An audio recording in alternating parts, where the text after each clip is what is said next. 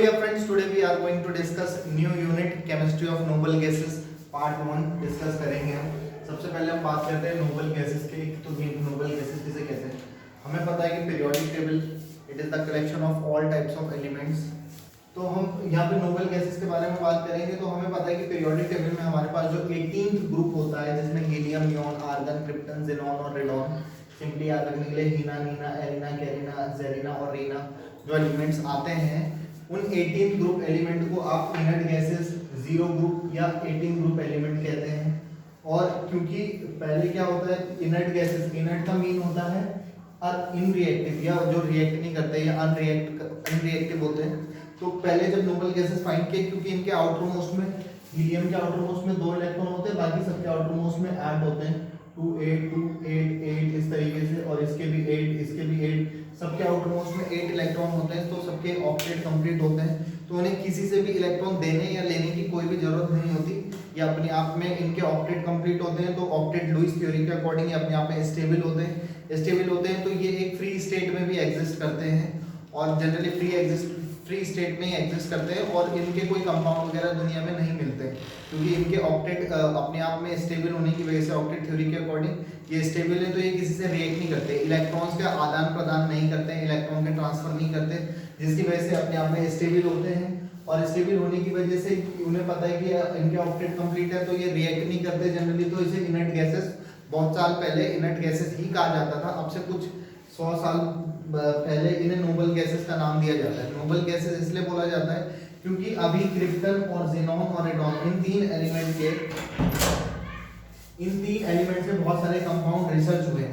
तो 3 एलिमेंट के compound research होने के बाद अब इनको इनर्ट गैसेस ना मानते हुए अब इन्हें नोबल गैसेस माना जाता है। जनरली अभी भी आप बोलना चाहो तो इनर्ट गैसेस, ये 3 इनर्ट गैसेस होती हैं, और ये नोबल गैसेस, सभी को नोबल गैसेस का दर्जा दिया जाता है, और मतलब इन्हें नोबल गैसेस भी कहते हैं। तो हम उनकी केमिस्ट्री के बारे में पढ़ रहे हैं।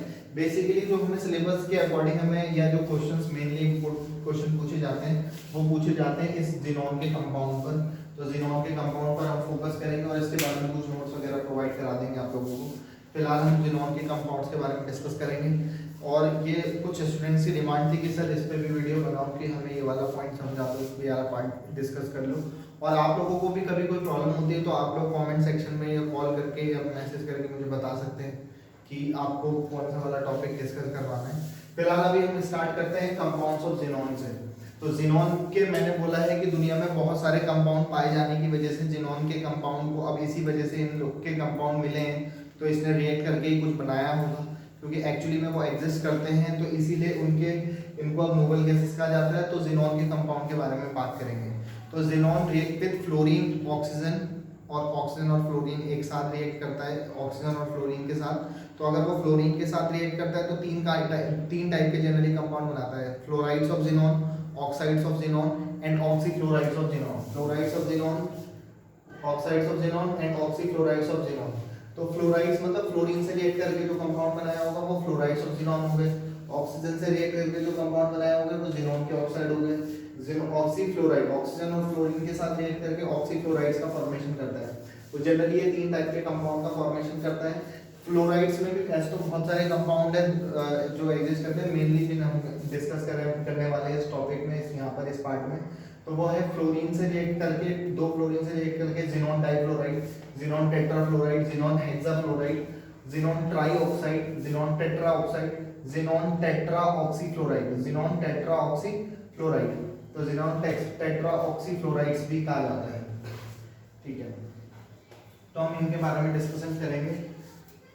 एक मैं यहाँ पर एक पॉइंट यहाँ पे बात बोलना चाहूँगा कि हम इसे ज़ेनॉन टेट्राफ्लोरो ऑक्साइड क्यों नहीं कहते, ज़ेनॉन ऑक्सी टेट्राफ्लोराइड क्यों कहते हैं। कभी क्लास 11 में इस तरीके का क्वेश्चन पूछा जाता था कि OF2 को ऑक्सीफ्लोराइड्स क्यों कहते हैं, फ्लोरीन डाइफ्लोरीन ऑक्साइड क्यों नहीं कहते, क्योंकि फ्लोरीन इज मोर इलेक्ट्रोनेगेटिव, और जो इलेक्ट्रोनेगेटिव होता है उनके लिए जनरली IDE वर्ड यूज किया जाता है, उनकी इलेक्ट्रोनेगेटिविटी ज़्यादा होती है, नेगेटिव ऑक्सीडेशन स्टेट ज़्यादा होती है, ऑक्सीडेशन स्टेट तो नहीं लेकिन उनकी इलेक्ट्रोनेगेटिविटी ज़्यादा होती है, तो उनके लिए ऑक्साइड वर्ड यूज किया जाता है, इसलिए इसका नाम ऑक्सीजन डाइफ्लोराइड होता है, फ्लोराइड होता है, जबकि डाइफ्लोरीन ऑक्साइड नहीं कहते हैं। यही रीजन है कि इसको हमने जिनॉन टेट्राफ्लोरिक जिनॉन ऑक्सी टेट्राफ्लोराइड भी कहा था, या जिनॉन टेट्राफ्लोराइड भी बोल, ऑक्सी टेट्राफ्लोराइड कह सकते हैं।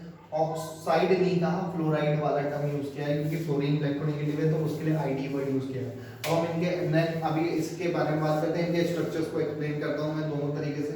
कभी भी मॉलिक्यूल के स्ट्रक्चर को एक्सप्लेन करने की बात की जाती है तो मॉलिक्यूल के स्ट्रक्चर को हमारा जो एक्सप्लेन किया था वो valence bond theory, VBT theory ने एक्सप्लेन किया था। और VSEPR theory, valence electron pair repulsion theory, वो लोन पेयर इलेक्ट्रॉन या इलेक्ट्रॉन के पेयर के बेसिस पर मॉलिक्यूल की ज्योमेट्री को एक्सप्लेन करती है। तो वीबीटी थ्योरी की धज्जियां उड़ाने वाली सबसे पहली थ्योरी गिलेस्पी और नाइनहूम बीएससीपीआर थ्योरी ने दी थी, जिसमें अगर लोन पेयर को मोटू बोला जाता है फैटी और बॉन्ड पेयर को पतलू बोला जाता है, तो it is a Motu Patlu concept, simply याद रखने के लिए ट्रिकी वे में। और जिनके पास लोन पेयर है तो एक भी लोन पेयर अगर प्रेजेंट होता है तो वो मॉलिक्यूल की ज्योमेट्री को बिगाड़ देता है। बिगाड़ क्या देता है, एक्चुअली में वो होती है, इसलिए बिगाड़ करके हम नया चीजें समझते हैं।